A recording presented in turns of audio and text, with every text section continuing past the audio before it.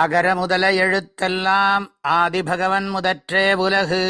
ஓம் சுக்லாம்பரதரம் விஷ்ணும் சசிவர்ணம் சதுர்புஜம் பிரசன்னவதனம் தியாயேத் சர்வவிக்னோபசாந்தயே. யா தேவி ஸ்தூயதே நித்யம் விபுதைர்வேதபாரகைः சா மே வசத்து ஜிஹ்வாக்ரே பிரம்மரூபா சரஸ்வதி. நிதயே சர்வவித்யானாம் விஷஜே பவரோகிணாம் குரவே சர்வலோகானாம் தட்சிணாமூர்த்தயே நமः. ஸ்ரீதட்சிணாமூர்த்திசுதேசிகேந்திரம் த்வைபாயனம் சூத்திரகிருதம் முனீந்திரம் ஸ்ரீசங்கரம் பாஷ்யகிருதம் யதீந்திரம் மத்தேஷிகஞ்சாபி நமாமி வித்யை. ஓம் சகனாவவது சகனௌ புனக்து சக வீர்யம் கரவாவஹை தேஜஸ்வினாவதிதமஸ்து மா வித்விஷாவஹைः. ஓம் சாந்தி சாந்தி சாந்தி. அகர முதல எழுத்தெல்லாம் ஆதிபகவன் முதற்றே உலகு.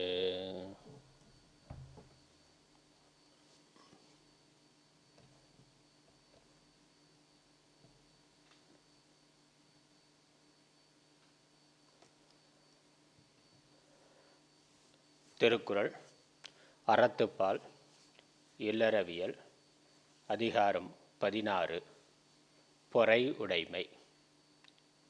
இன்று நாம் பார்க்க இருக்கின்ற அதிகாரம் பொறை உடைமை.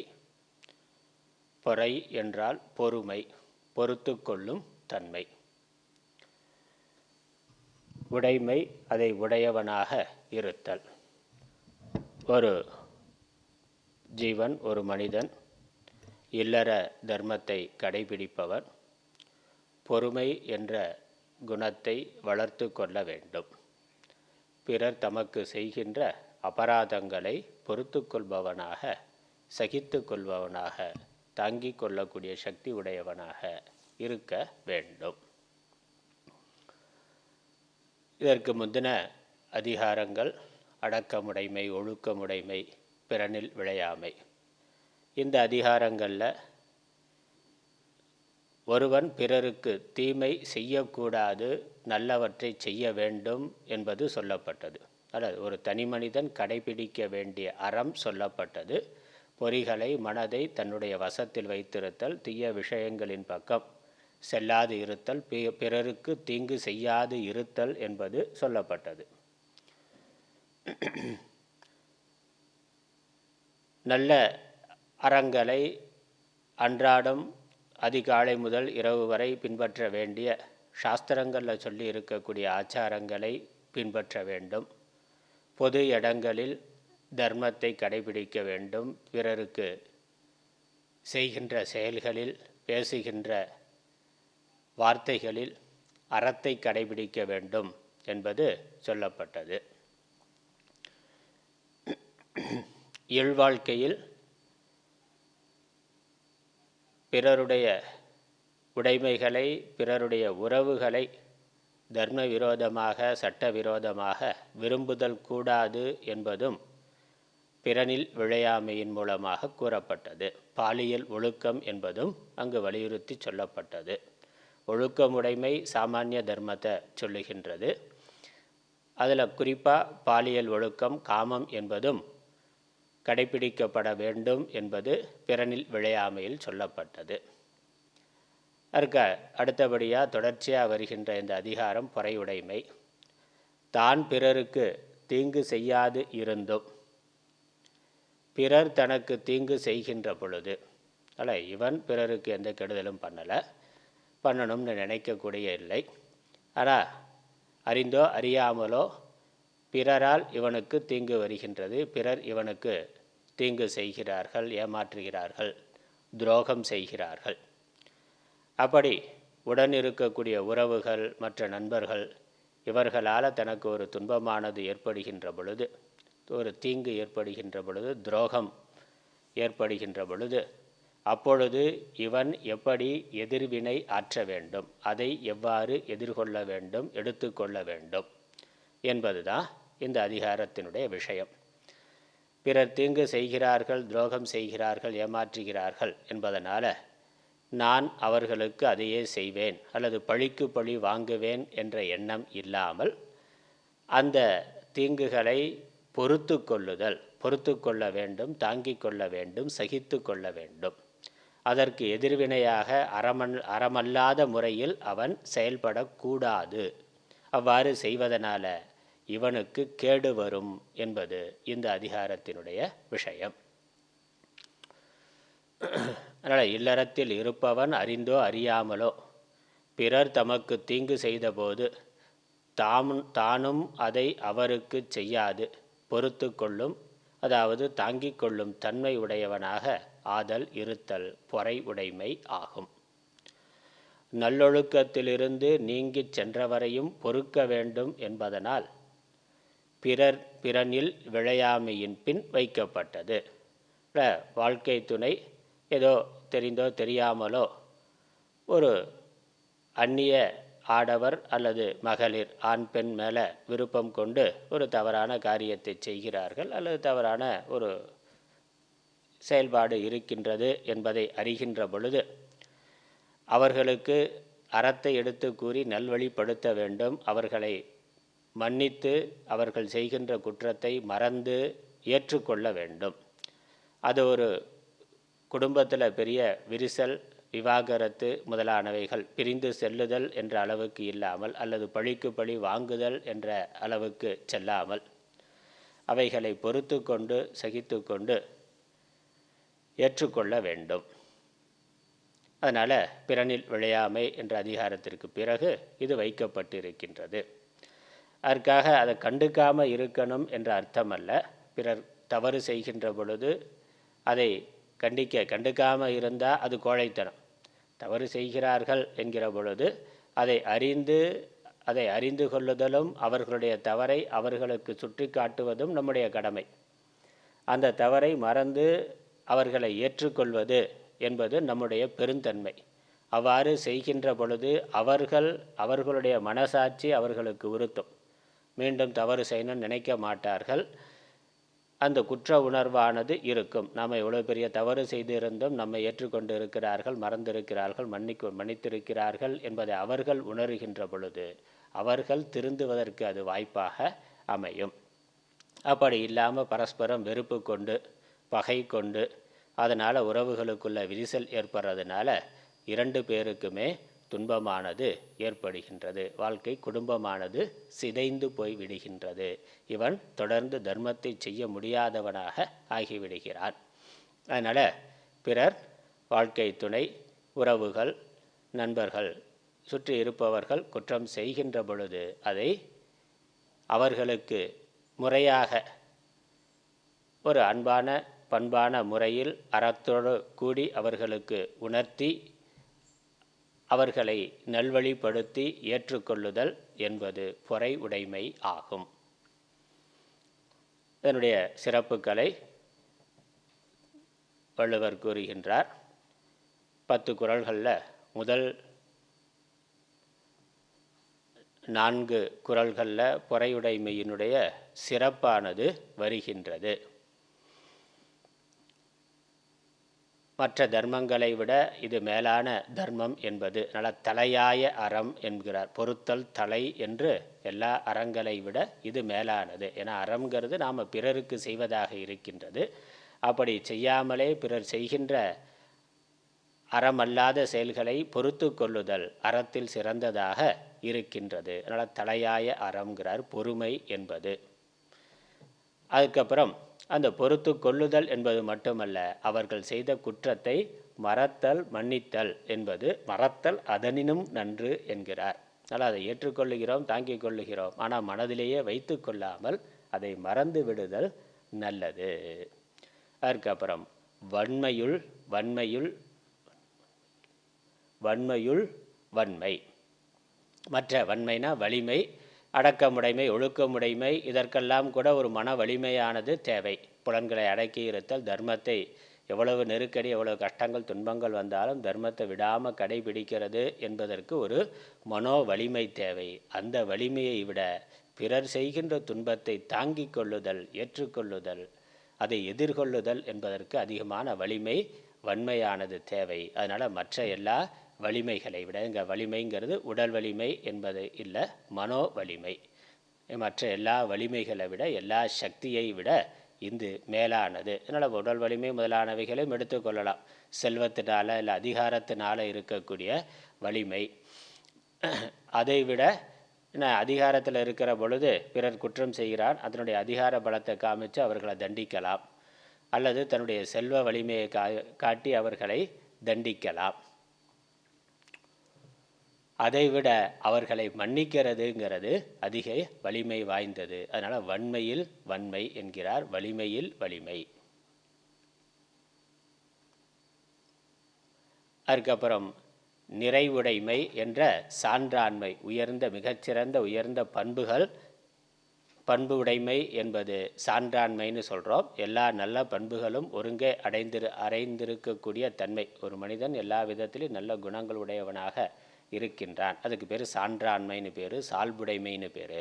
அதில் ஒரு முக்கியமான அம்சம் இந்த பொறையுடைமை என்பது. அதனால் பல நல்ல பண்புகளில் பொறுமை என்பது ஒரு சிறந்த பண்பு. இந்த பொறுமை இல்லைன்னா மற்ற நல்ல பண்புகள் இருந்தாலும் அவன் நிறைவானவன், நல்ல குணங்கள் உடையவன், எல்லா நல்ல குணமும் இருக்குது, ஆனால் பொறுமை மட்டும் அவன்கிட்ட கிடையாது அப்படின்னு சொல்கிறது ஒரு குறையாக இருக்கும். அதனால் நிறைவுடைமை முழுமையாக ஒருவனுக்கு இருக்க வேண்டும் என்றால், நிறைவுடைமைங்கிறது எல்லா நல்ல பண்புகளும் நிறைந்திருக்கும் தன்மை. அதனால் மனதில் ஏற்பட்டிருக்கக்கூடிய ஒரு நிறைவுணர்வு. அந்த நிறைவுணர்வு இருக்க வேண்டும் என்றால் இந்த பொறுமை என்பது இருக்க வேண்டும். ஏன்னா எப்போ பொறுமை இல்லையோ அப்பொழுது வெறுப்பு, கோபமானது, பதட்டமானது அல்லது துக்கம் முதலானவை இருக்கும். அது நிறைவின்மையின் அறிகுறி.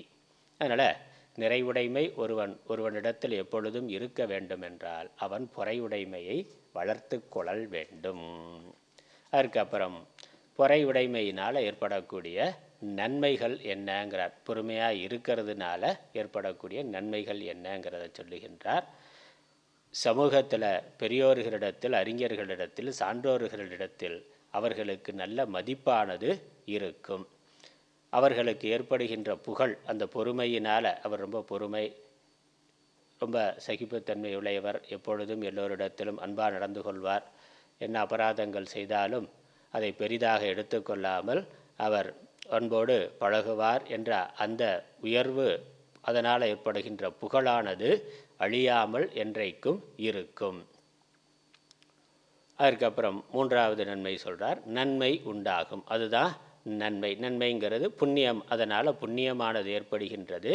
இவர் இன்பத்தை அடைவார், தொடர்ந்து தன்னுடைய எதிர்கால வாழ்க்கையில் இன்பத்தை அடைவார். அதற்கான புண்ணியமானது ஏற்படும். அதாவது பொறுமை கடலினும் பெரிது என்று பார்க்கிறோம் பழமொழி.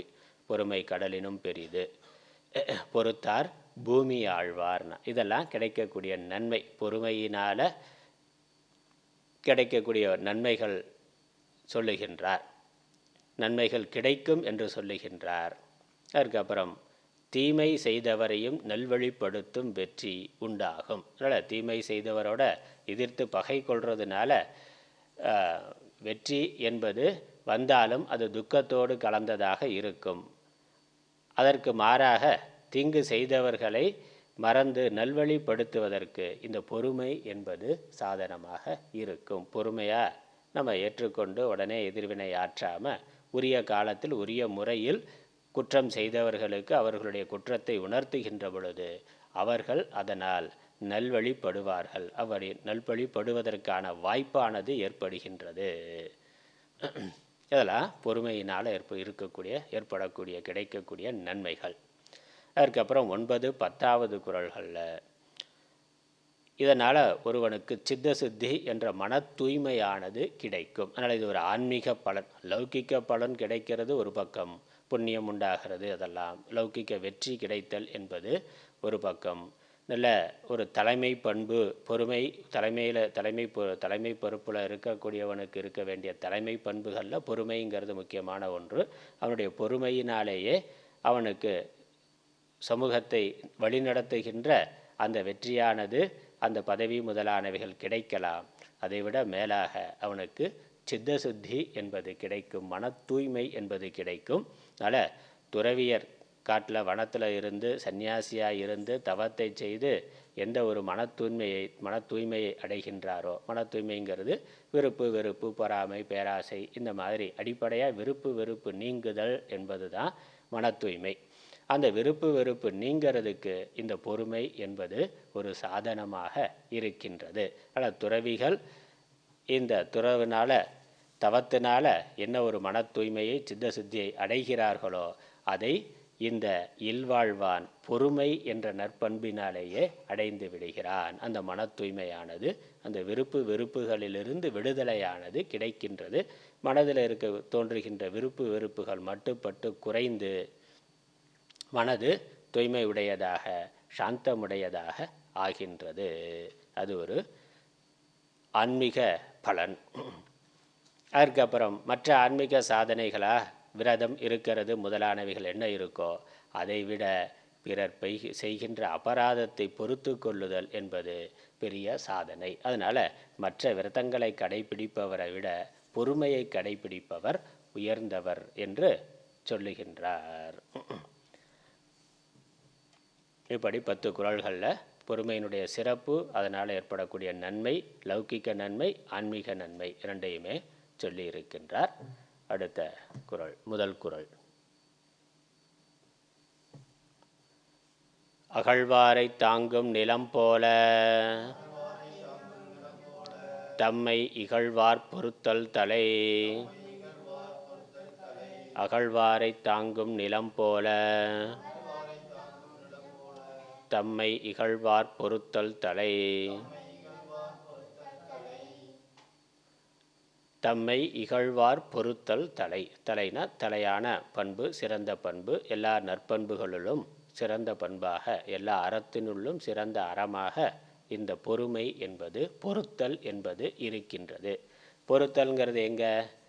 தம்மை இகழ்வார், தம்மை இகழ்பவரை, தமக்கு வார்த்தையினாலோ செயலாலோ தீமை செய்கின்றவரை, பிறர் தமக்கு செய்கின்ற தீமைகளை தீங்குகளை பொறுத்து கொள்ளுதலை செய்கின்றார். பொறுத்து கொள்ளுதல் என்னது? எதிர்வினை ஆற்றாமல். எதிர்வினை ஆற்றாமல் இருத்தல்னாக்கா கோபம் கொண்டு வெறுப்பு கொண்டு எதிர்வினை ஆற்றாமல் இருத்தல், அதான் பொறுத்தல். அப்போ நம்முடைய மறுப்பை, நம்முடைய எதிர்ப்பை அன்பான சாத்விகமான முறையினால் தர்மத்தினுடைய வழியில் வெளிப்படுத்தலாம். அது கூடாது என்பது இல்லை. ஏன்னா தவறு செய்பவர்களுக்கு அவர்களுடைய தவறை உணர்த்த வேண்டிய கடமை நமக்கு இருக்கு. அதனால் நமக்கு ஏற்படுகின்ற பாதிப்பை அவர்களுக்கு உணர்த்த வேண்டிய ஸ்வதர்மம் என்பது நமக்கு இருக்கின்றது. அதனால் நம்ம பொறுத்தல் என்பது உடனடியாக கோபம் கொண்டு எதிர்வினை ஆற்றாமல் இருத்தல், ஏற்றுக்கொள்ளுதல், சகித்து கொள்ளுதல். அதை நம்மளால் தாங்கி கொள்ள முடிந்தால் முழுமையாக தாங்கி கொள்ளுதல். பிறகு தேவைப்பட்டால் அவருக்கு அவருடைய குற்றங்களை எடுத்து சொல்லுதல். சில சமயங்கள் அது கூட சொல்லாமல் மௌனமாக இருந்து விடலாம். அது கூட செய்யணுங்கிற அவசியம் இல்லை. நம்மளால் நமக்கு பெரிய பாதிப்பு வந்தால் சொல்லலாம். சின்ன சின்ன விஷயங்களுக்கெல்லாம் நீ அதை பண்ணிட்ட இதை பண்ணிட்ட அப்படி பேசிட்ட இப்படி பேசிட்டேன்னு பதில் சொல்லணுங்கிற அவசியம் இல்லை. மௌனமாக இருந்து விடலாம். காலம் அவர்களுக்கு உணர்த்தும். அவர்கள் செய்கின்ற குற்றங்களை நாம் சொல்லணுங்கிறதில்ல, காலம் அவர்களுக்கு உணர்த்தும். அதனால் நம்ம அதை கண்டு கொள்ளாமல் போதல் என்பது கூட செய்யலாம். அதனால் பொறுத்து கொள்ளுதல்ங்கிறது எதிர்வினை ஆற்றாமல் இருத்தல். அதனால் மனசு ஒடிஞ்சு போகாமல் இருக்கிறது, மனசில் கலக்கமடையாமல் இருத்தல், அதான் பொறுத்தல். அந்த துன்பம் வலி வேதனை வருது, ஐயோ இப்படி பண்ணிட்டாங்களே அப்படின்னா, அந்த செய்பவர், குற்றம் செய்பவர் நம்மளுடைய வலிமை குறைவானவராக இருந்தால் நம்மளுடைய கோபத்தை, நம்மளுடைய அதிகாரத்தை, நம்மளுடைய வலிமையை அவர்கள் மேலே பிரயோகம் பண்ணுவோம். அல்லது சம வலிமையை உடையவர்களாக இருந்தால், சமமானவர்களாக இருந்தால் பதிலுக்கு பதில் சண்டை போடுறோம். இல்லை ரொம்ப நம்மளுடைய வலிமையானவர்கள், நம்மளுடைய பெரிய அதிகாரினா, உயர் அதிகாரி இல்லை வீட்டில் பெரியவர், எதிர்த்து பேச முடியாது, நம்மளுடைய கோபத்தை காட்ட முடியாதுன்னா அப்போ என்ன பண்ணுறது? மனதிலேயே ஐயோ இப்படி பண்ணிட்டானே இப்படி பண்ணிட்டானே இப்படி பண்ணிட்டானே, அது மன அழுத்தமாக ஆக்கி கொள்ளுதல். வெளியே சொல்லாமல், வெளியே காட்டாமல், எதிர்வினையும் ஆற்றாமல் அதை மனதில் வைத்து கொண்டு மனது புழுங்கி அதனால் துன்பத்தை, கவலையை, வருத்தத்தை அடைதல் என்பதையும் கூட நாம் செய்கின்றோம். அப்படி இல்லாமல், அதனால் இந்த பிறர் அபராதம் செய்கின்ற பொழுது அதில் இருக்கக்கூடிய நியாயத்தை புரிந்து கொள்ளுதல். பிறர் தமக்கு ஒரு துன்பத்தை கொடுக்கிறார், நமக்கு எதிராக ஒரு செயல்பாடு படுகின்றார்னா அவர் செய்கிறதுல நியாயம் இருக்கா இல்லையான்னு பார்க்கணும். எந்த விதமான நியாயமும் இல்லை. அவர் செய்கிறதுல சில நியாயங்கள் இருந்து செயல்பட்டார்னா என்ன காரணத்தினால நமக்கு எதிராக செயல்படுகிறார் என்பதை பார்த்து நம்மை திருத்தி கொள்ளலாம். நம்ம ஒரு தவறு பண்ணியிருக்கிறோம், அதற்கு எதிர்வினையாக அவர் செய்கிறார்னா அப்போ நம்மளுடைய தவறை புரிந்து கொண்டு நாம் அதை திருத்தி கொள்ளலாம். அல்லது நம்ம தவறே பண்ணாமல் அவர் தவறு செய்கின்றார், நமக்கு துரோகம் பண்ணுகிறார், ஏமாற்றுகிறார்கள் என்கிற பொழுது அதனால் நம்ம மன வருத்தம் கலக்கமடையாமல் அது அவர்களுடைய அறியாமையினுடைய விளைவு என்று பொறுமையாக இருத்தல். காலம் அவர்களுக்கு புரிய வைக்கும். நமக்கு அவர்களுக்கு உணர்த்துவதற்கான வாய்ப்பு இருந்தால், தேவை இருந்தால் செய்யலாம். இல்லைன்னா அதை தாங்கி கொள்ளுதல் என்பதே ஒரு தவமாக எடுத்துக்கொள்ளுதல். அதனால் முக்கியமாக எதிர்வினை புறத்தில் ஆற்றாமல் இருத்தல், மனதில் கலக்கமடையாமல் இருத்தல், நமக்கு அதனால் எவ்விதமான பாதிப்பும் வராமல் இருத்தல், மனசில் வலிமையோடு உறுதியோடு இருத்தல், அதுதான் பொறுத்து கொள்ளுதல். இது முதன்மையான அறம் ஆகும். இகழ்தல்னா பிறர் நமக்கு செய்கின்ற, நம்மிடம் பேசுகின்ற கடினமான வார்த்தைகள் அல்லது செய்தல், நமக்கு விரோதமாக செய்கின்ற கடினமான செயல்கள், அதர்மமான செயல்கள். தலைனா முதன்மையானது, சிறந்தது. தன்னை தோண்டுபவரையும் தாங்குவது போல என கூறியதனால் இந்த நிலம் என்ன பண்ணுது? எல்லா ஜீவராசிகளும் அதான் தாங்கி கொண்டிருக்கின்றது. தன்னை தோண்டுபவர்களையும், அதனால் தண்ணீர் முதலானவைகள் அல்லது விவசாயம் பண்ணுறதுக்கோ இல்லை பெட்ரோல் முதலானவை எடுக்கிறதுக்கு மிகப்பெரிய அளவில் பூமியில் சேதத்தை நாம் உண்டு பண்ணுகிறோம். ஆனால் பூமி அவரையும் தாங்கி கொண்டு பொறுமையாக இருக்கின்றது. அதில் பொறுத்தார் பூமி ஆழ்வார்னா, பொறுமைக்கு உதாரணமாக பூமியே இருக்கின்றது. யார் பொறுமையுடையவனாக இருக்கிறானோ அவனுக்கு பூமி தன்னையே கொடுக்கின்றது, தன்னை ஆளுகின்ற அந்த அதிகாரத்தை, சக்தியை கொடுக்கின்றது. தாங்குவது போல என்று சொன்னதுனால தம்மை கொலை செய்வதை போன்ற குற்றத்தை செய்தவரையும், அதனால் பூமியில் எவ்வளவு எடுக்க முடியுமோ அவ்வளவு தோன்றோம், அந்த மாதிரி தனக்கு மிகப்பெரிய தீங்கு செய்தவர்களையும் மிகப்பெரிய குற்றம் செய்தவர்களை நம்ம கொன்னாலும் பரவாயில்லன்னா அதை விட மோசமான துரோகம் செய்திருக்கிறார்கள் என்றாலும் பொறுத்து கொண்டு அவர்களை காப்பது. ஏன்னா நம்மை சார்ந்தவர்களாக இருக்கிறார்கள். சில சமயங்களில் பெற்றோர்களே வளர்ந்த இளைஞர்களாக வளர்ந்த குழந்தைகளுக்கு விரோதமாக இருக்கிறார்கள். அவர்களுடைய அறியாமையினால் அவ்வாறு செயல்படுகிறார்கள். பெற்றோர்கள் தவறு செய்கிறார்கள் அல்லது வளர்ந்த குழந்தைகள் தவறு செய்கிறார்கள். சின்ன குழந்தையாக இருக்கிற பொழுது சின்ன சின்ன தவறு செய்கிறது, மன்னித்து விடுகிறோம். ஆனால் இளம் பருவத்துக்கு வர்ற பொழுது பெற்றோருக்கு எதிராக யாரோ ஒரு ஆணையோ பெண்ணையோ பார்த்து விரும்பி அதனால் தன்னுடைய பெற்றோர்களையே அவர்கள் பகைவராக நினைக்கிறார்கள். குடும்பம், குலப்பெருமை இதெல்லாம் பற்றி நினைக்கிறதில்ல, பெற்றோர்களுக்கு வருகின்ற துன்பத்தை பற்றி நினைக்கிறதில்ல. தன்னுடைய வாழ்க்கை துணை எனக்கு இதுதான் வேணும் என்பதில் ரொம்ப பிடிவாதமாக இருந்து அதனால் பெரிய துன்பத்தை பெற்றோர்களுக்கு கொடுக்கிறார்கள் என்றால் அதையும் அப்பொழுதும் பெற்றோர்கள் பொறுமையாக இருத்தல். குழந்தைகள் செய்கிற அபராதத்தை குற்றோர்கள் அது எவ்வளவு பெரியதாக இருந்தாலும், ஏன்னா இன்றைக்கு பார்க்கிறோம் கௌரவ கொலை, ஆணவ கொலைனா. அதனால் பெண்ணோ பையனோ யாரோ ஒருவனை வேற்று ஜாதியினர் அல்லது தன்னுடைய அந்தஸ்துக்கு பொருத்தம் இல்லாதவர்களை விரும்புகிற பொழுது அதனால் வெறுப்பு கொண்டு அந்த யாரை விரும்புகிறார்களோ அவர்களையோ, இன்னும் போனால் தன்னுடைய குழந்தைகளையோ கொல்வதற்கு கூட தயாராக இருக்கிறார்கள். அதில் இன்றைக்கி பார்க்குறோம். கொலைங்கிறது தன்னுடைய மகளையே கொல்றது, அல்லது யாரை விரும்பினார்களோ அந்த அந்த ஆணையோ பெண்ணையோ கொல்றது, அவர்களது குடும்பத்துக்கு கெடுதல் பண்ணுறது என்பதெல்லாம் பார்க்கிறோம். அப்போ அந்த பொறுத்து கொள்ளுதல் இல்லை. நம்முடைய குடும்பத்துக்கு நம்முடைய ஜாதிக்கு இழிவை ஏற்படுத்தி விட்டார்கள் அப்படிங்கிறது அவர்களால் ஏற்றுக்கொள்ள முடியவில்லை. அது பெரிய அவமானமாக இருந்தாலும், அதனால் கொலை செய்வது போலனா அவ்வளவு பெரிய குற்றமாக இருந்தாலும் நம்முடையவர்கள் அவனுடைய அறியாமையினால் செய்கிறான்னு சொல்லி பொறுமையாக இருத்தல். அல்லது குழந்தைகளே பெற்றோருக்கு எதிராக திரும்புகின்றது. அந்த வயதான பிறகு திருமணம் செய்து கொண்ட பிறகு வாழ்க்கை துணை வந்த பிறகு வயதானவர்கள் அம்மா அப்பா அவர்கள் செய்கின்ற அறியாமையினால் செய்கின்ற, இவர்கள் நல்லா படித்திருக்கிறார்கள், சம்பாதிக்கிறார்கள், பெற்றோர்கள் படிக்காதவர்களாக இருக்கலாம், செல்வம் இல்லாதவர்களாக பணம் சம்பாதிக்காதவர்களாக இருக்கலாம். அவர்களுக்கு இப்போ இருக்கக்கூடிய நடைமுறை உலகம், நடைமுறை வாழ்க்கை, இப்போ இருக்கக்கூடிய சமூக நிலை இதெல்லாம் புரிந்து கொள்ள முடியாதவர்களாக, அதனால் மருமகளை ஏற்றுக்கொள்ள முடியாதவர்களாக அவர்களுடைய பழைய ஆச்சார விஷயங்கள்லேயே இருக்கிறதுனால இப்போ நவீனமாக இருக்கக்கூடிய இளம் தலைமுறையரை புரிந்து கொள்ள முடியாதவர்களாக இருக்கிறார்கள். அதெல்லாம் பார்த்து என்ன பண்ணுகிறார்கள், இந்த பெற்றோர்கள் பண்ணுகின்ற அறியாமையினால் அவர்கள் பண்ணுகின்ற தவறுகள், அது அறியாமையினால் கூட இருக்கலாம். பெரியவர்கள்னாலே தப்பு பண்ண மாட்டாங்கன்னு இல்லை, தப்பு பண்ணக்கூடிய பெரியவர்கள் இருக்கிறார்கள், பார்க்கிறோம், அறியாமையினால். அப்போ அந்த குழந்தை வளர்ந்து பக்குவமுடைய ஒரு குழந்தை என்ன குற்றம் பண்ணாலும் தன்னுடைய தாய், தன்னுடைய தந்தை, தன்னுடைய உறவு என்று கருதி அவர்களுக்கு பொறுத்து கொண்டு அவர்களை காப்பாற்ற வேண்டியது அவர்களுடைய கடமை. முதிய காலத்தில் பெற்றோர்கள் எவ்வளவு விரோதமாக செயல்பட்டாலும் அவர்களை காப்பாற்ற வேண்டிய பொறுப்பு, கடமை குழந்தைகளுக்கு இருக்கின்றது. அதே மாதிரி கணவன் மனைவிக்குள்ளேயும் இது இருக்கின்றது. பரஸ்பரம் புரிந்து கொள்ளுதல், விட்டு கொடுத்தல், அறிந்தோ அறியாமலோ ஒருத்தருக்கு தவறு செய்கின்ற பொழுது மன்னித்து முடிந்த வரைக்கும் சேர்ந்து வாழ பார்க்கிறது என்பது பொறையுடைமை. அதனால் எல்லா விதத்திலும் சுற்றி இருக்க உறவுகள் அப்படிங்கிற பொழுது பெற்றோர்கள், குழந்தைகள்,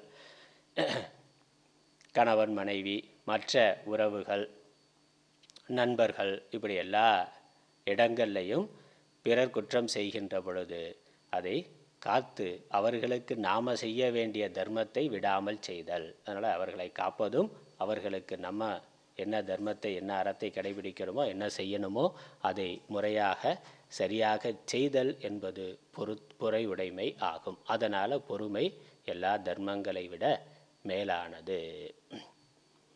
ஆனால் நாம் பிறருக்கு நல்லது செய்கிறது என்பதை விட பிறர் நமக்கு தீமை செய்கின்ற பொழுது நாம் எதிர்த்தீமை செய்யாமல் இருத்தல் என்பதே ஒரு பெரிய நன்மையாக ஆகின்றது. ஆகவே அது தலையாய பண்பு, சிறந்த பண்பு. இரண்டாவது குறள். பொறுத்தல் இறப்பினை என்றும் அதனை மறத்தல் அதனினும் நன்று. பொறுத்தல் இறப்பினை என்றும் அதனை மறத்தல் அதனினும் நன்று.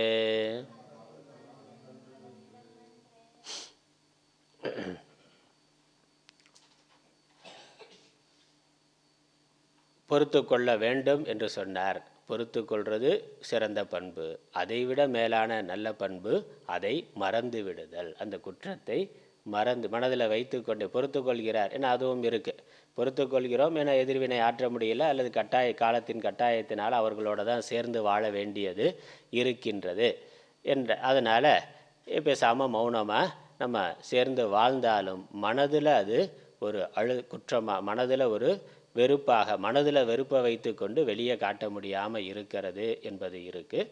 அப்படி இல்லாமல் மனதிலையும் அது இல்லாமல் மறந்து விட வேண்டும். பொறுத்து கொள்வதோடு அந்த குற்றத்தை மறந்து விடுதல் என்பதும் நன்று. ஏன்னா பின்னாடி திரும்ப இன்னொரு சந்தர்ப்பம் கிடைக்கிற போது குத்தி காட்டுவார்னா, அப்போ என்னது மறக்காமல் வச்சுருக்கிற அந்த நேரத்துக்கு எதிர்வினை பண்ணலை, எதிர்வினை பண்ணுறதுக்கான வாய்ப்பு இல்லை அல்லது ஒரு கட்டாயம், அதனால் மௌனமாக இருந்தாலும் பிறகு தனக்கு ஒரு வாய்ப்பு வர்ற பொழுது, தனக்கு ஒரு சந்தர்ப்பம் வர்ற பொழுது அந்த நேரத்தில் நீ அப்போ அதை பண்ண இதை பண்ண, நான் அதெல்லாம் தாங்கிக்கிட்டே, நான் ஒன்றும் சொல்லலை, இப்போ என்ன அப்படின்னு சொல்லி நம்ம சொல்லுவோம். அது இல்லாமல் அதை அப்போ மறக்காமல் மனசில் இருக்குன்னு அர்த்தம். அந்த குற்றத்தை அவர் பொறுத்து கொண்டார், ஆனால் அது மனதில் இருக்குது. 20 வருஷத்துக்கு அப்புறம் அதை சொல்லி காமிக்கிறார்னா, அப்படி இல்லாமல் அதை அப்பொழுதே மறந்து விடுதல் நன்று.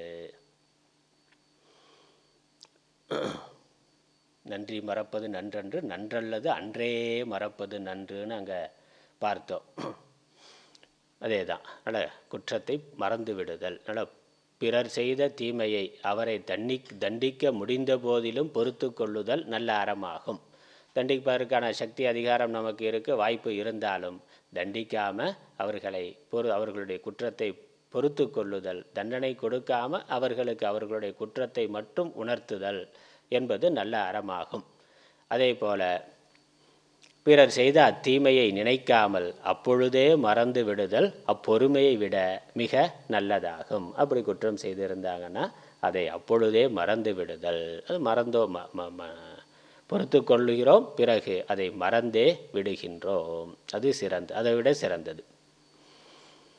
பிறர் செய்த தீமையை எதிர்வினை ஆற்றாமல் பொறுத்து கொண்டாலும் அது மறக்காமல் என்றும் மனதில் இருக்கும். அதனால் பல சமயங்களில் நம்ம பொறுத்து கொள்ளுகிறோம், ஆனால் மனதில் வைத்து கொண்டு நம்ம மனதில் ஆறாத வடுன்னு சொன்னார்.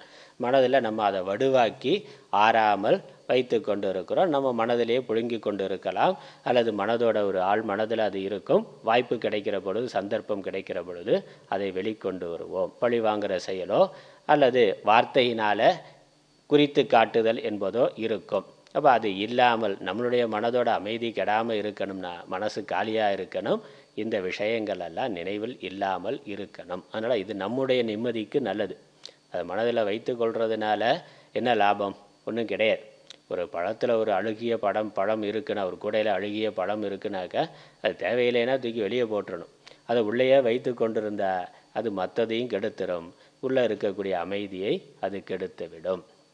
அது மாதிரி மனதில் இந்த கோபம், வெறுப்பு முதலானவைகளை மனதிலேயே வைத்து கொண்டிருத்தல் சினம் என்னும் சேர்ந்தாரை கொல்லிங்கிறாரு. அந்த மாதிரி எல்லா தீய குணங்களுமே அது வைரஸ் மாதிரி. அது என்னென்னா, அது வெளியே ஒன்றும் பண்ணலைன்னா உள்ளே வேலை செய்து கொண்டே இருக்கும். இப்போ நம்மளுடைய ஆரோக்கியத்தை கெடுக்கின்றது. அதுபோல் மன ஆரோக்கியத்தை, மன அமைதியை அது கெடுக்கக்கூடியது. அதனால் அதை மறந்து விடுதலே சிறந்த பண்பு ஆகும். பொறுத்து கொள்ளுதல் சிறந்த பண்புனா அந்த குற்றத்தை மறந்தே விடுதல் அதைவிட சிறந்தது. மூன்றாவது குறள். இன்மையுள் இன்மை விருந்தொரால் வன்மையுள் வன்மை மறவார்பொறை.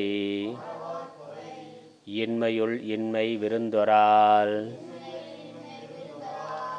வன்மையுள் வன்மை மடவார்பொறை.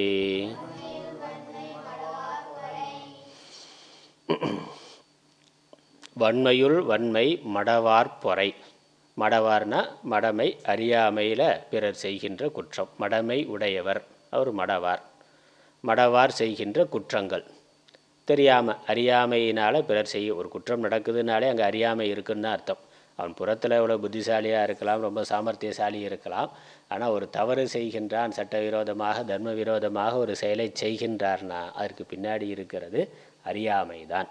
அவனையே அறியாமல் அந்த அறியாமையானது அங்கே இருக்கின்றது. அதனால் அறிந்து குற்றம் செய்தாலும் அது அறியாமை தான். அப்படி அறியாமையினால் பிறர் தீங்கு செய்கின்ற பொழுது அதை பொறுத்து கொள்ளுதல் வலிமையுள் எல்லாம் வலிமை ஆகும். வேறு என்ன வலிமை இருந்தாலும், அடக்கமுடைமை, ஒழுக்கமுடைமை, மற்ற உடல் வலிமை, என்ன வலிமை, என்னெல்லாம் சக்தி நமக்கு இருந்தாலும் அதைவிட பெரிய சக்தி பொறுத்து கொள்ளுதல் என்பது. அதனால் எல்லா வலிமைகளுள்ளும் மேலான வலிமை பொறுமை என்பது. அறியாதவர்கள் செய்கின்ற குற்றங்களை பொறுத்து கொள்ளுதல், தாங்கிக் கொள்ளுதல், சகித்து கொள்ளுதல் மிகச்சிறந்த வலிமை ஆகும். இதற்கு ஒரு உதாரணம் சொல்கிறார்.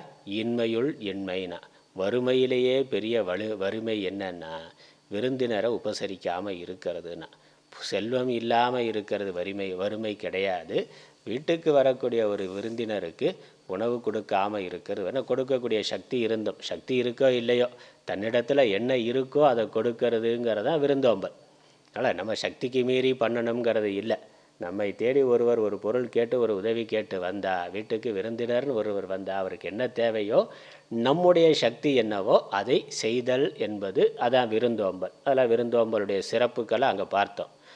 அந்த விருந்தோம்பல் செய்யவில்லை என்றால் ஒருவரிடத்தில் எவ்வளவு செல்வம் இருந்தாலும் அது வறுமையை விட மோசமானதுன்னா. ஏன்னா செல்வம்ங்கிறதே அதனுடைய பிரயோஜனம் புண்ணியம் என்பது தான். புண்ணியத்துக்காக செல்வம் பயன்படுத்தப்பட வேண்டும். அதற்காக அந்த செல்வம் பயன்படுத்தப்படவில்லை என்றால் அந்த செல்வம் இருக்கிறதும் இல்லாததும் ஒன்று தான். செல்வம் இல்லாதவன் செல்வம் இல்லாததுனால புண்ணியம் பண்ணாமல் இருக்கான், வேறு வழி இல்லை. அவனுக்கே சாப்பாட்டுக்கு இல்லைங்கிற பொழுது இன்னொருத்தருக்கு எப்படி கொடுக்கறது? அதனால் அவனுக்கு புண்ணியம் பண்ணுறதுக்கான வாய்ப்பு இல்லாமல் இருக்கின்றது. அதே சமயம் அந்த நேரத்தில் அவன் மனதால் பிரார்த்தனை பண்ணாலே அது ஒரு புண்ணியமாகுது. நமக்கு கிடைக்கல, எல்லாருக்கும் உணவு கிடைக்கணும் அப்படின்னு சொல்லி அவனால் முடிந்தது. அதுக்கு ஏன்னா உணவு செலவு இல்லையே. அதனால் கொடுக்க முடியாத பொழுது பிறருக்காக பிரார்த்தனை செய்தல் என்பது ஒரு புண்ணியமாக ஆகின்றது. ஆனால் கொடுக்கக்கூடிய சக்தி இருக்கின்ற பொழுதும் பிறருக்கு கொடுக்காமல் இருந்தால் அது எனக்கு பிறருக்கு இருக்கிற பணத்தையே கொடுக்க மனசு இல்லைன்னா இவன் எப்படி அவன் நல்லா இருக்கணும்னு பிரார்த்தனை பண்ணுவான்? அப்போ அந்த பிரார்த்தனை கூட பண்ணுறதுக்கு மாட்டான். அதனால் அது வறுமையை விட மோசமான வறுமை ஆகும். அதனால் பணம் இல்லாமல் இருக்கிறத விட இறப்போர்க்கு இல்லை என்று சொல்லுதல், கொடுக்கறதுக்கு மனசு இல்லாமல் இருக்கிறது தான் பெரிய வறுமை. அதே மாதிரி, அதனால் இது உதாரணம். இது மாதிரி இந்த வலிமையுள் எல்லாம் பெரிய வலிமை என்ன என்றால் சிறியவர்கள் அறியாதவர்களுடைய குற்றங்களை பொறுத்து கொள்ளுதல். அடுத்த குறள். நிறையுடைமை நீங்காமை வேண்டின் பொறையுடைமை போற்றி ஒழுகப்படும். நிறையுடைமை நீங்காமை வேண்டின் பொறையுடைமை போற்றி ஒழுகப்படும்.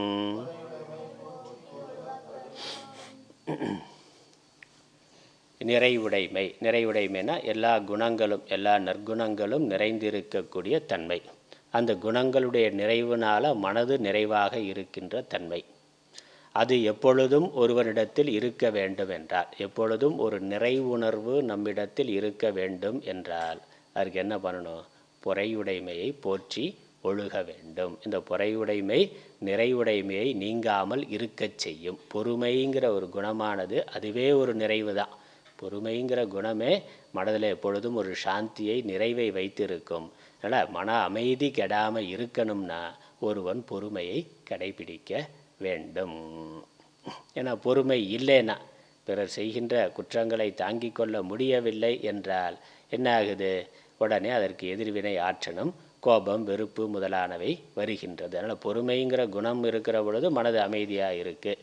பொறுமை குணம் இல்லைன்னா இயல்பாக இருக்கக்கூடிய நம்முடைய ராகத்வேஷமானது வெளிப்படும். நம்மளுடைய விருப்பு வெறுப்பானது உடனடியாக மனதுக்கு மேலே வருகின்றது.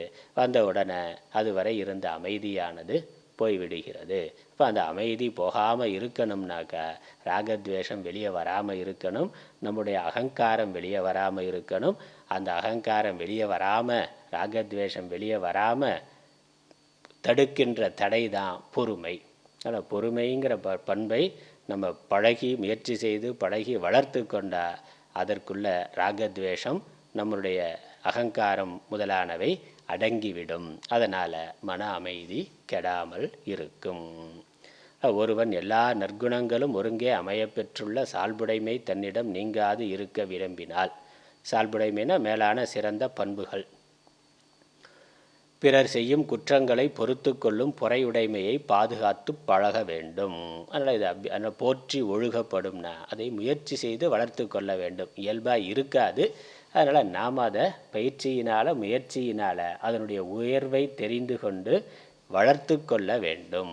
அதனால் நம்மளுடைய மன அமைதியானது கெடாமல் இருக்கும்.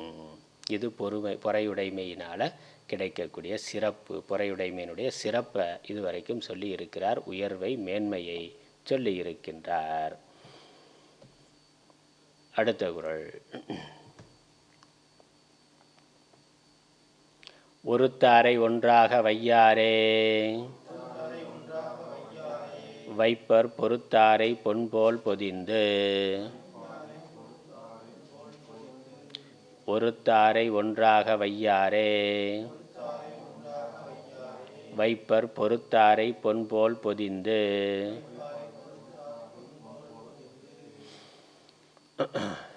பெரியோர்கள் என்ன செய்வார்கள்னா, யார் பொறுமை உடையவர்களாக இருப்பார்களோ அவர்களுக்கு சிறந்த உயர்ந்த மதிப்பை கொடுப்பார்கள், தங்கத்தை மதிப்பது போல. அவ்வாறு இல்லாமல், பொறுமை இல்லாமல் பிறர் தனக்கு தீங்கு செய்தவர்களை தண்டிப்பவரை ஒரு பொருட்டாக நினைக்க மாட்டார்கள். ஏன்னா அவனுக்கு வித்தியாசம் இல்லை. அவன் அறியாமையினால் குற்றம் செய்தான், அவனுடைய சொந்த வெறுப்பினால் அவன் குற்றம் செய்தான் என்றால் இவன் எதிர்வினை ஆற்றுகின்ற பொழுது இவனும் திரும்ப அதே குற்றத்தை, அதே துன்பத்தை பிறருக்கு கொடுக்கின்ற பொழுது இவனும் அதே அறியாமையில்தான் இருக்கிறான், வெறுப்பு உடையவனாக இருக்கிறான். ஆகவே அவன் நற்பண்புகளை வளர்த்து கொள்ளவில்லை. அவனுக்கும் ஒரு மற்ற விலங்குக்கும் பெரிய வித்தியாசம் கிடையாது. விலங்கு என்ன பண்ணுது? தன்னை தாக்க வந்தால் திரும்ப எதிர்த்தாக்குதல் நடக்குது. ஒரு நாய் குலைச்சதுன்னா திரும்ப இன்னொரு நாய் என்ன பண்ணுது? திரும்ப அதே வேலையை பண்ணும், அவ்வளோதான். அதனால் ஒன்று ஆரம்பித்ததுனாக்கா அப்புறம் இது எதிர்வினையினது திரும்ப இது குலைக்கிறது. அதனால் நம்மளை பார்த்து ஒருத்தர் வல்லுனாக்கா திரும்ப வல்லுன்னு இவனும் சொன்னான்னாக்கா நாய்க்கு இவனுக்கு வித்தியாசம் இல்லைன்னு அர்த்தம். நம்ம பொறுமையாக இருந்தால் தான் இவன் மனித பண்பு உடையவனாக ஆகிறான். ஆகவே அவன் மதிக்கத்தக்கவன். அதனால் யார் பொறுமையுடையவர்களாக இருக்கிறார்களோ அவர்களை பொன்னை போல மதிப்பார்கள். பொறுமை இல்லாமல் பிறரை தண்டிப்பவரை ஒரு பொருட்டாக நினைக்க மாட்டார்கள். அப்போ அந்த அவன் தலைமை பண்பு உடையவனாக இல்லாமல் போய்விடுகிறான். ஒரு தலைவனாக இருக்கிறவனுக்கு இதெல்லாம் தேவை. இல்லை என்றால் அவன் சாமானியன்தான். அவனால் ஒரு கல்வியாளனாக அவனை சொல்ல முடியாது. பொறுமை இல்லாதவனை ஒரு கல்வியாளனாக ஒரு சான்றோனாக சொல்ல முடியாது. ஆகவே அவனை ஒரு பொருட்டாக மதிக்க மாட்டார்கள் சான்றோர்கள். பொறுமையுடைய சான்றோர்கள் மதிக்க மாட்டார்கள். பிறர் தமக்கு தீமை செய்த பொழுது பொறுத்து கொள்ளாமல் அவரை தண்டித்தவரை அறிவுடையார் ஒரு பொருளாக மனதில் நினைக்க மாட்டார். மாறாக அத்தீமையை பொறுத்தவரை தங்கத்தை போல உயர்வாக மதித்து போற்றுவார். பிறருக்கு தீங்கிழைத்தல் பாவம் ஆவது போல பிறர் செய்த தீங்கிற்கு எதிர்வினையாக தீங்கிழைத்தலும் பாப்பம் ஆகும். அதனால் அவன் தப்பு பண்ணான், அதனால் நானும் பண்ணுறேன்னா, அவன் என்னை அடித்தான் அதனால் நானும் அவனை அடித்தேன்னா, ஒரு உயிரை துன்புறுத்துனா அது பாப்பம்.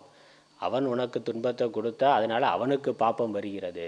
அதே துன்பத்தை திரும்ப நாம் அவனுக்கு கொடுத்தா நமக்கு பாப்பம் வரும். அதனால் குற்றம் குற்றம்தான். அதனால் யார் செய்தாலும் அது எந்த காரணத்தை வைத்து செய்தாலும் குற்றம் குற்றம்தான். அதனால் பாப்பம் வருவது வரத்தான் செய்யும். அதனால் அவன் தப்பு செய்தான் அதனால் நான் திருப்பி பண்ணேன் அப்படின்னாலும் நமக்கு வருகின்ற பாப்பம் வந்துதான் ஆகும். அவன் செய்த குற்றத்துக்கு அவனுக்கு பாப்பம் வரும், தண்டனை வரும். நாம் செய்த குற்றத்துக்கு நமக்கு பாப்பம் தண்டனையானது வரும். அதனால் அந்த பாப்பம் வேணான்னு நினைக்கிறவர்கள் அதை பொறுத்து கொள்வார்கள். அதனால் இரண்டும் அறம் அல்லாதது ஆகையால். அதனால் நாம் நேரடியாக முதல்ல பாப்பத்தை செய்து ஆரம்பிக்கலாம். அல்லது பிறர் பாப்பம் செய்தான் அதனால் நான் எதிர்வினையாகத்தான் பண்ணேன்னா அதுவும் பாப்பம்தான். தன்னை தற்காத்து கொள்வதற்காக ஒருவன் ஆற்றுகின்ற செயல்ங்கிறது வேற. அது கடைசி பட்சம்.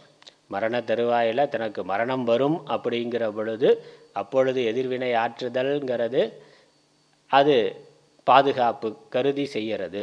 அதை கூட பொறுத்து கொள்றதுங்கிறது மிக உயர்ந்த பண்பு. அதனால் அது ரொம்ப வன்மையுள் வன்மைன்னு சொல்கிற. அப்பொழுதும் பொறுத்து கொண்டு இருக்கிறதுன்னா எந்த விதத்திலும் தர்ம விரோதமாக பண்ணுறான். இப்போ பிறர் நமக்கு கெடுதல் பண்ணுறானே அதுக்கு நான் என்ன பண்ணுறதுன்னா அப்படியே தாங்கிட்டு அடித்தா ஒரு கன்னத்தில் அறைந்தால் மறு கன்னத்தில் காட்டுனா அப்புறம் பொறுமையாக இருக்கிறேன்னா அப்புறம் மறு கன்னத்தில் என்ன பண்ணுவான், அவன் அதுனே அடிக்க தான் செய்வான்.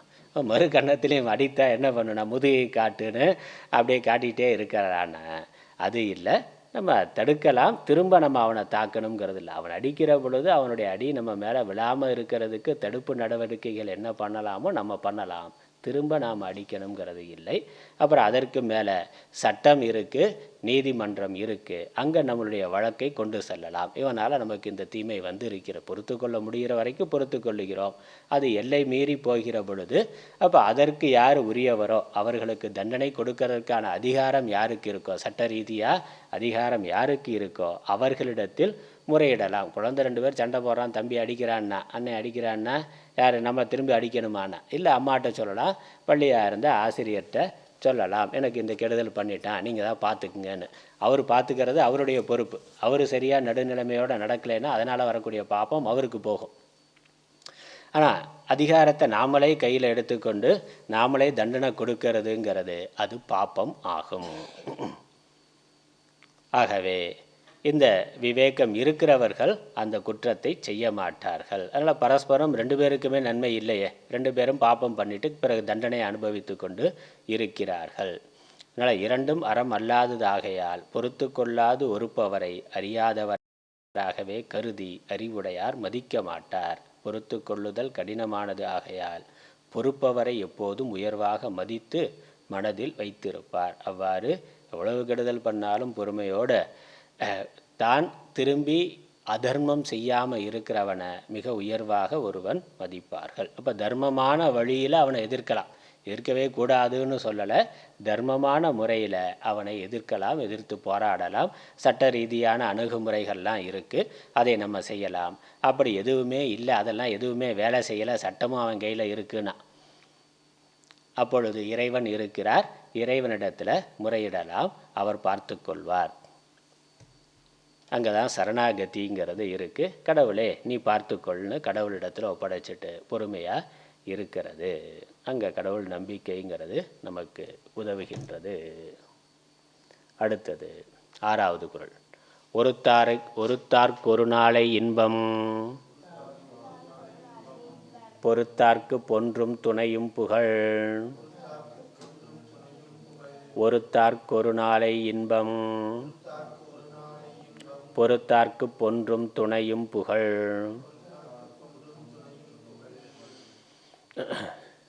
ஒருத்தார்க்குன்னா தண்டித்தவருக்கு, தனக்கு தீங்கு செய்தவரை எதிர்வினையாற்றி யாரை தண்டிக்கிறாரோ அவர்களுக்கு இவனும் திரும்பி பேசினான். அவன் பேசினா நான் பேசிட்டேன், அப்பா இப்போ தான் என் மனசு நிம்மதியாக இருக்குண்ணா.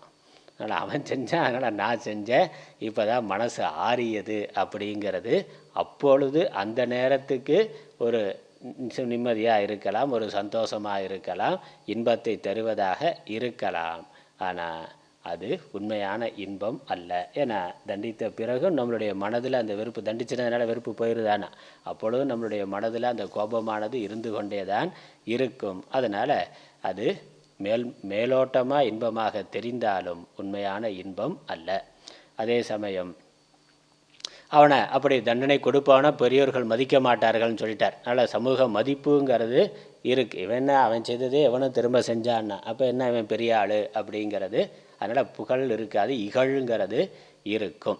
ஆனால் பொறுத்து கொண்டவனுடைய புகழ் என்றும் இருக்கும். பொறுத்தாருக்கு பொன்றும் துணையும் புகழ். பொன்றும்னாக்கா உலகம் அழிகின்ற காலம் வரைக்கும் புகழானது இருக்கும்.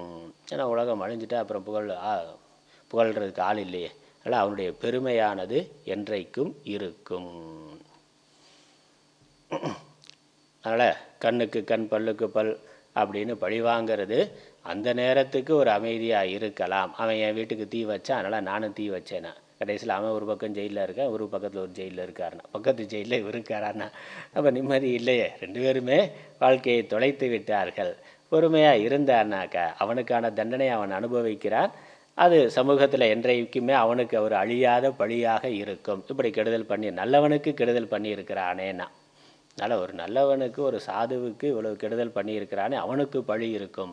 இவன் சாதுவாக பொறுமை உடையவனாக இருக்கிறதுனால இவனுக்கு என்றைக்கும் அந்த புகழானது இருக்கும். அதனால் புகழ்ங்கிறது பிரயோஜனம், அந்த பிரயோஜனத்தை சொல்கிறார். அதுக்கப்புறம் அடுத்த பாடல். திறனல்ல தற்பிறர் செய்யினும், நோனொந்து அறநல்ல செய்யாமை நன்று. திறனல்ல தற்பிறர் செய்யினும், நோனொந்து அறநல்ல செய்யாமை நன்று.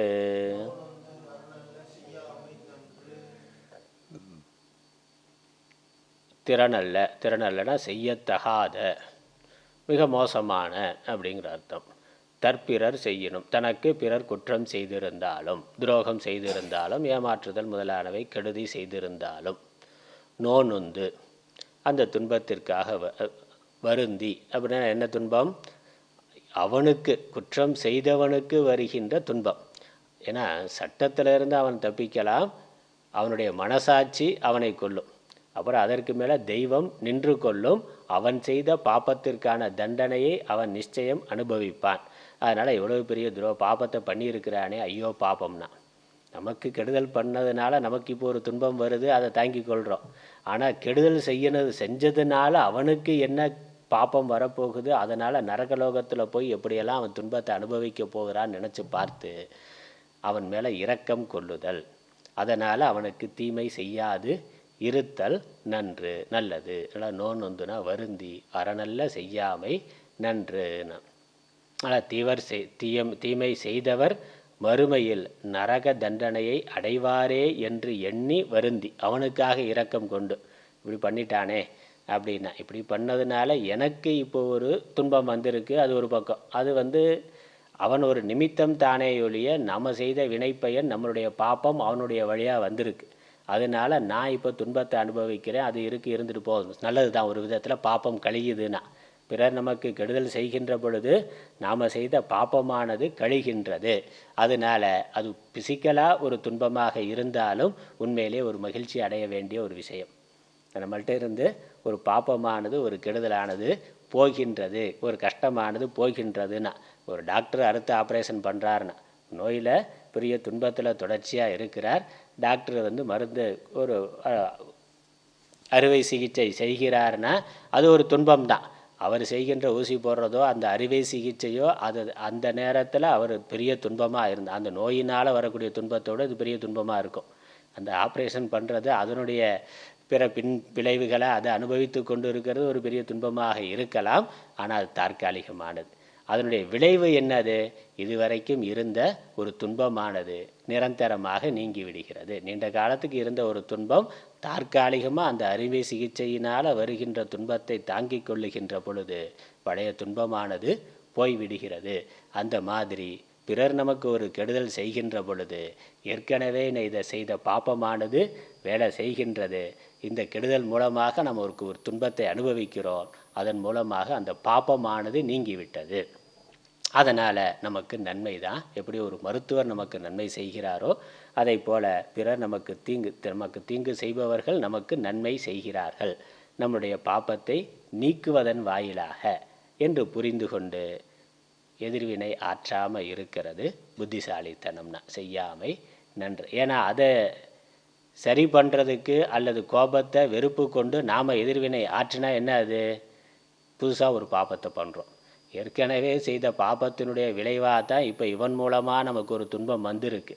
அந்த துன்பத்தை தாங்கி கொள்ள முடியாமல் நாம் இன்னொரு எதிர்வினை இன்னொரு குற்றச்செயலை செய்கின்ற பொழுது நாளைக்கும் துன்பத்தில் இருக்கிறதுக்கான ஒரு பாப்பத்தை இப்பொழுது நாம் செய்கின்றோம். அவன் ஏதோ அறியாமையினால் அவன் செய்திருக்கிறான், அதனுடைய விளைவு அவன் பிறகு அனுபவிப்பான், எதிர்காலத்தில் அவன் அனுபவிப்பான். அது ஐயோ பாப்பம். அதனால் அதற்கு நம்ம இறங்கத்தான் வேண்டும்னா. அதனால் இந்த பொதுவாக சின்ன குழந்தைகளுக்கு அதை சொல்லுவான். ஒருத்தன் போனான், ஒரு நாயை கல் எடுத்து அடித்தான். பெரியவர் சொன்னார், டேய், நாயை கல் எடுத்து அடித்தேன்னா நாய் துன்பப்படுது, கஷ்டப்படுது, அதனால் அடுத்த பிறவியில் நீ நாயாக பிறப்ப, அந்த நாய் மனிதனாக பிறந்து உன்னை கல் எடுத்து அடிக்கும்னா. என்ன துன்பத்தை பிறருக்கு கொடுத்தாயோ அதே துன்பமானது உனக்கு வரும். அதனால் அதை பண்ணாத, அடுத்த பிறவியில் நாய் திரும்ப ஒன்று நாய் மனுஷனாக பிறக்கும், நீ நாயாக பிறப்ப, அதே நாய் உன்னை கல்லெடுத்து அடிக்கும்னா.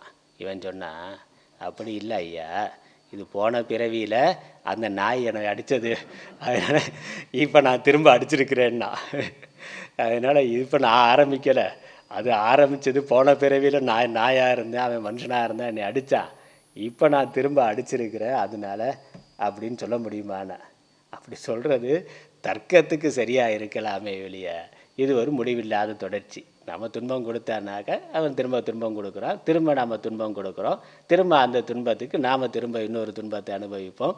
அதனால் ஒரு குற்றத்தை பொறுத்து கொள்ள முடியாமல் இன்னொரு குற்றம் செய்தல் இன்னொரு புதிய பாப்பத்தை உண்டு செய்து கொள்வது ஆகும். பொறுத்து கொள்கிற பொழுது ஏற்கனவே செய்த பாப்பமானது கழிகின்றது. பிறர் நமக்கு துன்பம் செய்கிறதுனால நம்முடைய பாப்பம் அவர்கள் அதற்கு ஒரு நிமித்தம்தான். தீதும் நன்றும் பிறர் தர வார. அதனால் பிறர் நமக்கு கொடுக்கின்ற துன்பமோ அல்லது அவர்கள் செய்கின்ற துரோகமோ அல்லது வேற கடுமையான வார்த்தைகளோ எதுவாக இருந்தாலும் நாம் செய்த வினைப்பயன் நமக்கு திரும்ப வந்திருக்கிறது. அவர்கள் மூலமாக அவர்கள் ஒரு நிமித்தம் மட்டும். அதை நடத்துறது ஈஸ்வரன், இறைவன் தான் நடத்துகின்றார். இறைவன் அல்லது விதி ஒரு சூழ்நிலையை, நாம் செய்த வினைப்பயன் பாப்பத்தை அனுபவிப்பதற்கான ஒரு சூழ்நிலையை ஏற்படுத்தி இருக்கின்றது. அதை இப்பொழுது நாம் அனுபவித்து தீர்க்கின்றோம். அனுபவிச்சுட்டா அது முடிஞ்சு போச்சு. ஆனால் அனுபவிக்க முடியாமல், அந்த துன்பத்தை ஏற்றுக்கொள்ள முடியாமல், சகித்து கொள்ள முடியாமல் நாம் எதிர்வினை ஆற்றுகிற பொழுது அது இன்னொரு பாப்பமாக ஆகின்றது. அதனால் ஏற்கனவே இவனுக்கு பொருளாதார கஷ்டம் இருக்குது, அந்த கஷ்டத்தினால வீட்டில் பிரச்சனை இருக்குது, வீட்டில் கணவன் மனைவிக்குள்ளே சண்டை சச்சரவு, அதனால் மன வருத்தம்னா அந்த மன வருத்தத்தை போக்கிக் கொள்றதுக்கு என்ன பண்ணுறான்னா, வேலைக்கு போய் பணம் சம்பாரித்து அதை நேராக டாஸ்மாகில் கொண்டு போய் கொடுக்குறேன். ஏன்னா வீட்டில் ஒரே சண்டையாக இருக்குது, நிம்மதி இல்லாமல் இருக்குது. அந்த நிம்மதியை அமைதிப்படுத்துறதுக்காக, மனசை அமைதிப்படுத்துறதுக்காக இவர் மருந்து வாங்கி ஊற்றுறாருனா, சரக்கை வாங்கி ஊற்றுனா அந்த நேரத்துக்கு அமைதியாக இருக்கும். அது என்ன ஆகும்? புதுசாக இன்னும் பிரச்சனையே தான் வரும். வறுமை இன்னும் அதிகமாக தான் ஆகும். வறுமை குறைஞ்சி போகுமானா, வீட்டில் இன்னும் குடிச்சிட்டு போய் வீட்டில் திரும்ப சண்டை போடத்தான் போகிறான். சண்டை இன்னும் பெருசாகுமே ஒழிய பிரச்சனை தீராது. அப்போ ஒரு பிரச்சனையை தீர்ப்பதற்காக நாம் எடுக்கின்ற தவறான ஒரு முடிவு புதிய பிரச்சனைகளை உண்டு பண்ணும். அதற்கு அந்த துன்பத்தை அவன் தாங்கி கொண்டு அதற்கு தர்மமான முறையில் மாற்றி என்னன்னு யோசனை பண்ணலாமே ஒழிய தர்ம விரோதமாக அதை பொறுத்து கொள்ள முடியாமல் தாங்கி கொள்ள முடியாமல் எதிர்வினை ஆற்றினா அது பாப்பம் ஆகும். அதனால் என்ன சொல்கிறார்? நோனுந்து அறனல்ல செய்யாமை நன்று. அறத்திற்கு அல்ல, அறத்துக்கு விரோதமான ஒரு எதிர்வினை ஆற்றாமல் இருத்தல் நல்லது. அவன் தப்பு பண்ணிட்டானே அப்படின்னா அவன் தப்பு பண்ணதுக்கான தண்டனையை அவனுக்கு கடவுள் கொடுப்பார். நாம் அதை கொடுக்கணுங்கிறதில்ல, அது அவருடைய வேலை. அது கடவுள் பார்த்துக்குவார், தர்மராஜா பார்த்து கொள்வார், அவர் அதை செய்வார். நாம் அதை செய்யாமல் இருக்கிறது நமக்கு நல்லது, நம்முடைய எதிர்காலத்திற்கு நல்லது. அடுத்த 8. மிகுதியான் மிக்கவை செய்தாரை தான் தன் தகுதியான் வென்றுவிடல். மிகுதியான் மிக்கவை செய்தாரை தான் தன் தகுதியான் வென்றுவிடல். மிகுதியால்னா அவனுடைய அறியாமை மிகுதி, அகங்கார மிகுதி, விருப்பு வெறுப்பினுடைய மிகுதி. இதனால் மிக்கவைனா தீயவை. செய்தாரை செய்தவர்களை தான் தன்னுடைய தகுதியான் தன்னுடைய நல்ல பண்புகளால் வென்றுவிடல். அவனை ஜெயிக்கிறதுக்கு என்ன வழினா, எதிரியை ஜெயிக்கிறதுக்கு சண்டை போடலாம். உறவுகளை ஜெயிக்கிறதுக்கு என்ன வழி? அவர்கள் செய்கின்ற குற்றங்களை மறக்கிறது, மன்னிக்கிறது தான். உறவுகளை எதிரியாக நினச்சி சண்டை போட்டாக்கா பகை தான் வளரும், அமைதிங்கிறது வராது. அப்போ அவர்களை வெல்வதற்கு சிறந்த வழி தன்னுடைய தகுதிங்கிறது பொறுமை. தன்னுடைய பொறுமையால் வென்று விடுதல். தன்னுடைய நல்ல பண்புகளால் அவர்கள் கெடுதல் பண்ணியிருந்தாலும் நாம் அதை பொறுத்து கொண்டு மறந்துவிட்டு அவர்களுக்கு தொடர்ந்து நன்மையை செய்கின்ற பொழுது அவர்கள் அதை புரிந்து கொள்வார்கள். அவர்கள் செய்த குற்றத்திற்கு மன வருத்தத்தை, ஏன்னா அவர்களுடைய மனசாட்சி அவர்களை உறுத்துமே, நம்ம இவ்வளவு கெடுதல் பண்ணியும் நமக்கு நல்லது செய்து கொண்டு இருக்கிறார்களே, அவன் வருந்தி உணர்ந்து அவன் திருந்துவான். அதற்கப்புறம் அவன் நமக்கு விரோதமாக நடக்க மாட்டான். அதனால் அவனை ஜெயிப்பதற்கான வழி, அவனை வெல்வதற்கான வழி பொறுமை முதலான நல்ல பண்புகளை கடைபிடித்தல் என்பதுதான். இன்னா செய்தாரை உறுத்தல் அவர் நான நன்னயம் செய்து விடல்னு இன்னொரு குறளில் பின்னாடி சொல்ல போகிறேன். ஆனால் பிறர் கெடுதல் செய்தவர்களை தண்டிக்கிறதுக்கு சிறந்த வழி என்னன்னா அவர் வெட்கப்படும்படியாக நல்ல செயல்களை செய்தல் என்பது தான். அவர்களுக்கு எதிரான நாமளும் அவன் பண்ணால் நானும் பண்ணுறேன்னு பண்ணுறது இல்லை. அவர்களை மன்னித்து தொடர்ந்து நட்பு பாராட்டுதல், உறவு பாராட்டுதல், நாம் நம்மளுடைய பக்கத்தில் இருந்து என்ன தர்மத்தை கடைபிடிக்கணுமோ அந்த தர்மத்தை முறையாக கடைபிடித்தல் என்பது தான் அவர்களை திருத்துவதற்கான சிறந்த வழி ஆகும். அறியாமையினால் குற்றம் செய்தவரின் குற்றங்களை பொறுத்தல் அவர் தன் வழிப்பட காரணமாகும். அவரை நம்ம வழிக்கு கொண்டு வருவதற்கு அதுதான் சிறந்த உபாயம். 9வது குறள். துறந்தாரின் தூய்மை உடையர் இறந்தார் வாய் இன்னாச்சொல் நோற்கிற்பவர். துறந்தாரின் தூய்மையுடையர் இறந்தார் வாய் இன்னாச்சொல் நோற்கிற்பவர். இங்கு ஆன்மீக பலனை சொல்லுகின்றார். முதல்ல லௌகிக்கமாக அவர்களை ஜெயிப்பதற்கு அல்லது புதிதாக பாப்பம் பண்ணாமல் இருக்கிறதுக்கு இதெல்லாம் பொறுமைங்கிறது நமக்கு சாதனமாக இருக்கிறது என்று சொன்னார். இங்கே சித்த சுத்தி என்ற பலனானது கிடைக்கும். அதில் துறந்தாரின் தூய்மையுடையர்னா இந்த உலகம் வேண்டாம்னு விலகி போகிறவர்கள், வெறுப்பிலிருந்து அகங்கார மமக்காரத்திலிருந்து விடுதலை அடைவதற்காக துறவு வாழ்க்கையை மேற்கொண்டவர்கள் அவர்களை விட தூய்மை உடையர். இந்த இல்வாழ்க்கையிலே இருந்து பொறுமையை கடைப்பிடிப்பு. துறந்தாரின் அப்படிங்கிற பொழுது துறந்தாரில் அப்படின்னு அர்த்தம், துறந்தவர்களைப் போலன்னு அர்த்தம்.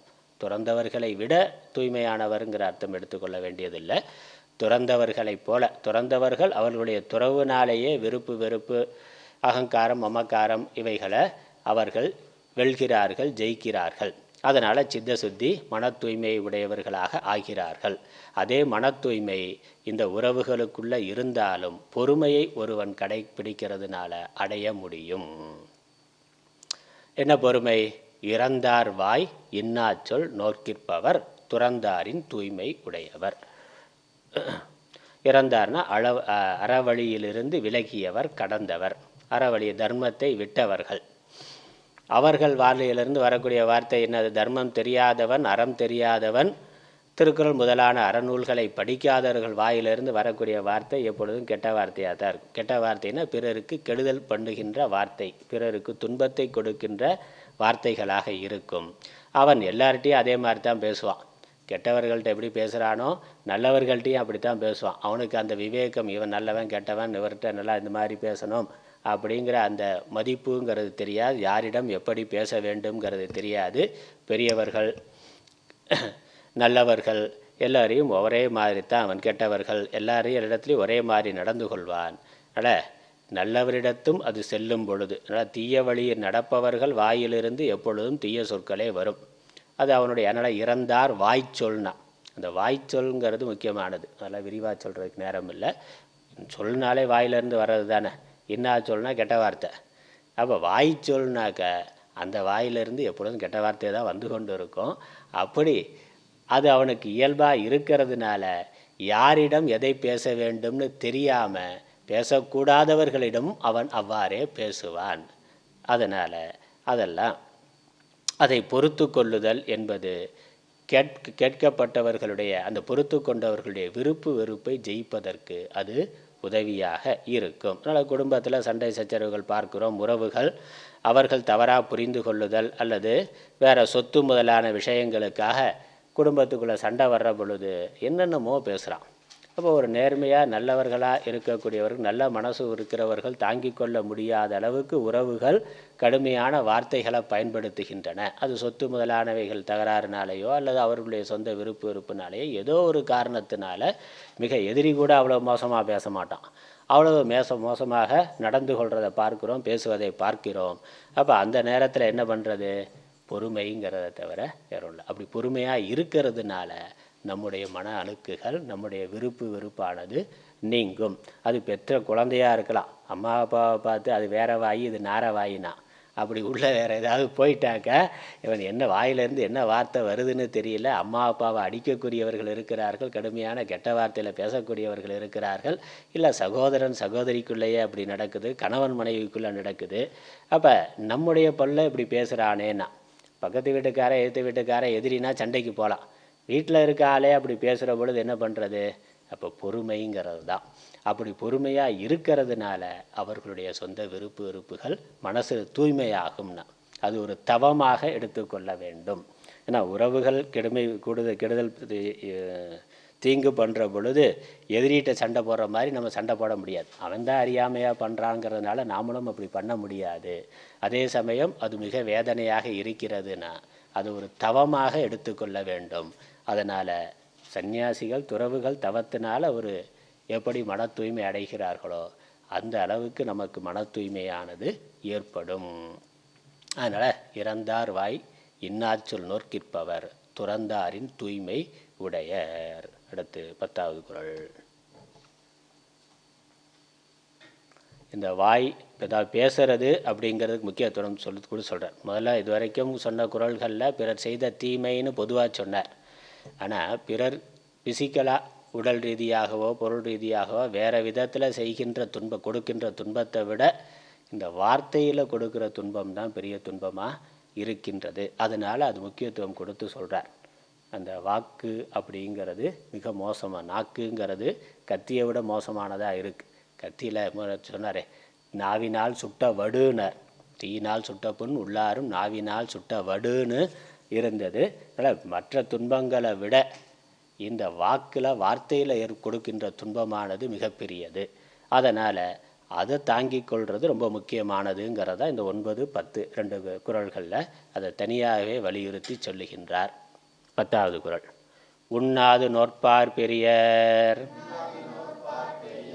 பிறர் சொல்லும் இன்னாச்சொல் நோற்பாரின் பின்.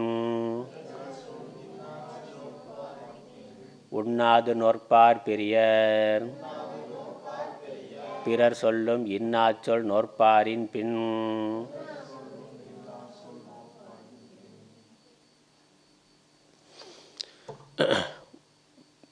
உண்ணாது நோற்பார் பெரியர், பெரியவர்கள், நல்ல ஆச்சார அனுஷ்டானம் உடையவர்கள், தர்மம் தெரிந்தவர்கள், ஆன்மீக நம்பிக்கை உடையவர்கள், நல்ல பழக்க வழக்கங்கள் உடையவர்கள், அவர்கள் பெரியவர்கள். அவர்கள் என்ன பண்ணுவார்கள்? அப்போ பொழுது உண்ணா நோன்பு இருப்பார்கள். அதனால் உண்ணா நோன்பு இருத்தல் என்பது ஒரு தவம். ஏகாதசி விரதம், சஷ்டி விரதம், இப்படி பல விதங்களில் பல காரணங்களில் விரதம் இருக்கிறது. உடம்புக்கும் ஆரோக்கியம், மனதுக்கும் ஆரோக்கியம். அது ஒரு பெரிய தபஸாக இருக்குது. மன பண்புகளை மேம்படுத்தி கொள்வதற்கு, மனதை ஒருமுகப்படுத்தி கொள்வதற்கு, இறைவனுடைய அருளை பெறுவதற்கு அது ஒரு பெரிய தபஸாக இருக்கின்றது. அதனால் துறவு வாழ்க்கையில் இருக்கிறவர்கள் என்ன தபத்தினால் நன்மை அடைகிறார்களோ அதே நன்மையை இல்வாழ்க்கையில் இருக்கிறவன் விரதம் முதலான அனுஷ்டானங்களால் அடைகின்றார். அதனால் இல்வாழ்க்கையில் இருக்கிறவர்களுக்கு நிறைய தவம் சொல்லி இருக்குது, சாஸ்திரத்தில் விரதம் சொல்லி இருக்குது. அதில் முக்கியமானது உண்ணா நோன்பு. அதனால் இந்த உண்ணாவிரதம் இருக்கிறது என்பது ஒரு பெரியவர்களுடைய பண்பாக இருக்கின்றது. அந்த உண்ணா நோன்பு இருக்கிற பெரியவர்களை விட பிறர் சொல்லுகின்ற வார்த்தைகளை பொறுத்து கொள்ளுகின்ற நோன்பை கடைபிடிப்பவர்கள் பெரியவர்கள்னா. அதனால் பிறர் சொல்லும் இன்னாச்சொல் நோற்பாரின் பின்னா, அதற்கு பிறகு தான் இவர்கள் பெரியவர்கள். அவர்கள் பெரியவர்கள் தான், ஆனால் அவர்களை விட பெரியவர்கள் யாருன்னா பிறர் சொல்லுகின்ற வார்த்தைகளை பொறுத்து கொள்பவர்கள். ஏன்னா உண்ணா நோன்பு நாமளாக கடைபிடிக்கிறது. நாமளாக உணவு இருக்குது, இன்றைக்கு நான் சாப்பிட மாட்டேன், ஏகாதசி விரதம் அப்படின்னு நாம் சங்கல்பம் வைத்து கொண்டு நம்முடைய நன்மைக்காக அதை உணவு, அது உடல் ரீதியான ஒரு உடம்புக்கு கொடுக்கின்ற ஒரு பயிற்சி. அதனால் உடல் வருத்தம், உடலுக்கு அதனால் துன்பம் இருக்குது. ஆனால் நம்ம மனதுக்கு துன்பம் வருகின்ற மாதிரி பிறர் சொல்லுகின்ற கடுமையான வார்த்தைகள், அதை தாங்கிக் கொள்ளுதல், அதை ஒரு விரதமாக எடுத்துக்கொள்ளுதல் என்பது அதைவிட கடினமானது, அதைவிட அதிக நன்மை தரத்தக்கது. அதனால் இன்னாச்சொல் நோற்பாரின் பின்னு சொல்லிட்டார். அதனால் மனதுக்கு வருகின்ற துன்பத்தை பொறுத்து கொள்ளுதல். உண்ணா நோன்பு உடம்புக்கு வருகின்ற பசி துன்பத்தை பொறுத்து கொள்வதற்கு விரதம். அதுனா அதைவிட மேலானது, அதைவிட சக்தி வாய்ந்தது மனசு. மனதுக்கு வருகின்ற துன்பத்தை பொறுத்து கொள்ளுதல், பிறருடைய கடினமான வார்த்தைகளால் மனதுக்கு வருகின்ற துன்பத்தை பொறுத்து கொள்ளுதல் அதைவிட சிறந்த விரதம் ஆகும், அதைவிட ஒரு கடுமையான விரதம் ஆகும். ஆகவே அவர்கள் பெரியவர்கள். இப்படி இந்த 2 பாட்டாலும் வருத்தம் உண்டாக பிறர் கூறியவற்றை பொறுத்தல் கூறப்பட்டது. இப்படி 10 குறள்களில் பொறை உடைமை என்ற பொறுமை உடைமை, பொறுமை என்பதை ஒரு சொத்தாக, ஒரு நல்ல பண்பாக வளர்த்து கொள்ளுதல், அதனால் ஒருவருக்கு ஏற்படக்கூடிய நன்மை என்ன என்பதை, சிறப்புகள் என்ன என்பதை ரொம்ப அழகாக சொல்லி இருக்கின்றார். அதனால் இதற்கு முந்தின அதிகாரங்களில் அரண் வலியுறுத்தல்,